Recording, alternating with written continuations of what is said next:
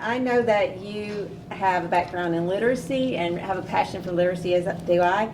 And you attended the Reading 360 training. You've been in our district a long time, so you know our history and where we are now. So as you attended the Reading 360, talk a little bit about that, what you learned from that training, what may have sparked your interest. Let's talk to us about that.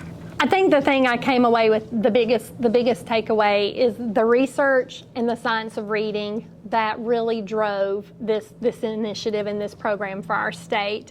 We've seen bits and pieces, and we've known this research, people that have been in our profession and studied reading for 20 plus years, but to see it all come together under the science of reading was a great takeaway. And just to know how explicit and systematic Reading 360 is, and how it's good for every kid. Every kid needs this. It's not something that we can just pick and choose on which day we want to do bits and pieces of. It's something that needs to be consistent, continual, and very systematic. So a lot of good takeaways. I love how it's a very fluid program. And I really love how the Reading 360 part spotlighted the phonemic awareness part, which we know has been a piece we've been missing for years. Mm-hmm. Okay, perfect. What do you think will be a challenge this year as you get lead teachers here at this school with the Sounds First activities, with the Skills Foundation units? What will be a challenge? Luckily, so far, we've not really crossed or had any hurdles to cross yet as far as a challenge. The one thing on our benefit and our side is our teachers are so excited about it. So they are excited to do those daily lessons, knowing they're filling those gaps for kids. I think probably the biggest challenge will be as the lessons do go on into the years, especially probably second grade, that teachers are going to feel their second graders that's maybe too easy for them, or it may not be challenging them. But just us remembering that there's a purpose and a time and the reason we're doing this, and again, like I said, every kid needs it. It's good for every kid, and we don't want to have any gaps left. So I think that might be the only kind of future challenge I see, is making sure we stick with it and we don't go astray from it. Mm-hmm. And knowing that any repetition will help to build fluency with the skills as they go through the grades. Okay.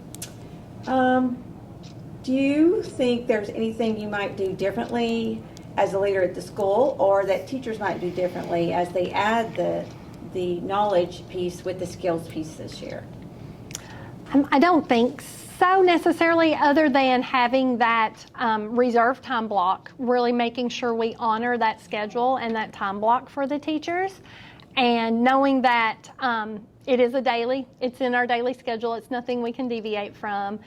And just knowing, helping them, I think part of my job, helping them see the connections of how those two pieces, even though they're separate pieces, they really do correlate and go together, and how they support each other. So just kind of always making sure we're keeping that correlation in mind. But for the most part, again, our teachers are so excited to be trying both parts of this program this year. We've got great teacher buy-in and participation right now at the beginning. So I think just keeping that momentum going is what's going to be huge. I totally agree. I said that this morning myself, that we want to keep this momentum going. Right. And we did meet with the kindergarten PLC today, and they were expressing the honesty that they didn't know how the knowledge piece would be going into it this year, but that they're liking it.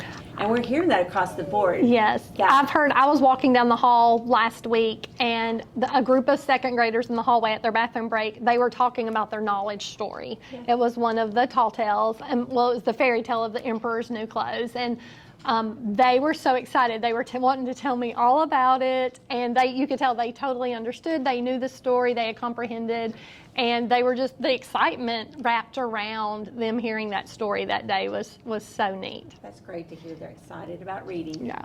Loving that. I'm also impressed with the speaking and listening, as well as the writing and reading piece that rolls the skills into reading and writing. Yeah. I've seen that today with some of the lessons. Good. It's so encompassing. It really is.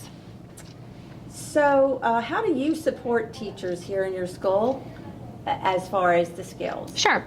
I'll do walkthroughs in classrooms and classroom observations. So usually I try to make it in teachers' classrooms at least once a month, and I try to make it a point to be in during one of the CKLA times, one of those blocks. Sometimes I'm doing walkthroughs for my coaching process, so that lends itself to me seeing additional lessons, but just being in their classrooms and then giving feedback or just having conversations about what I saw and what looked really well or what we might need to tweak.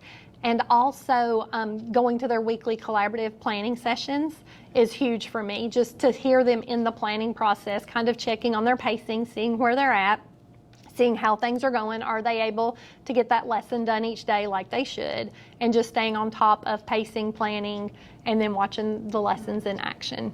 And then, of course, looking at the data, the end part, looking at student data and some of the assessments when those come across at the weekly assessment times and things like that. That's great. You're looking at all those aspects.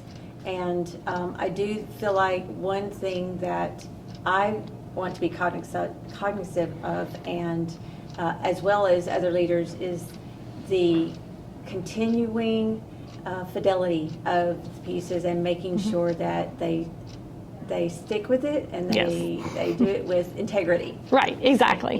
Yeah, So we've said all along, it has to be done with fidelity. If it's not done with fidelity, then it's, we're doing an injustice. So, fidelity. So what support do you need for implementing? At this time, I think we're really good. I think we're rolling. For me, I have pulled out my Reading 360 documents from the training and kind of gone back and reminded myself of some things and checked on some things. When teachers come and ask me questions, if I'm not sure, I have those documents where I can access them off the website and make sure we're getting the right answers. But for the most part, all our materials are here. Like I said, we've got everything issued out to teachers, and things right now are going really smooth. Perfect. I'm so impressed with your work here and helping the teachers to implement this program, and I appreciate all you're doing. Sure. Is there any other advice that you might have for another district in a leadership role as far as the skills units themselves or implementing them?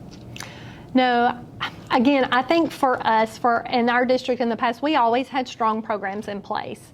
But switching to CKLA skills last year, it really put us all on the same page. And it made our teachers better teachers in the fact they learned their content. They became better reading teachers because of teaching CKLA. And them internalizing and really knowing the phonics and the phonics rules and patterns. I just feel like that has been the biggest benefit to our teachers. And it just kind of levels the playing field for all our kids. Every kid's getting the same thing every day with that consistency. And we know now more than ever we've got to close, all the gaps, and this program I think is going to work.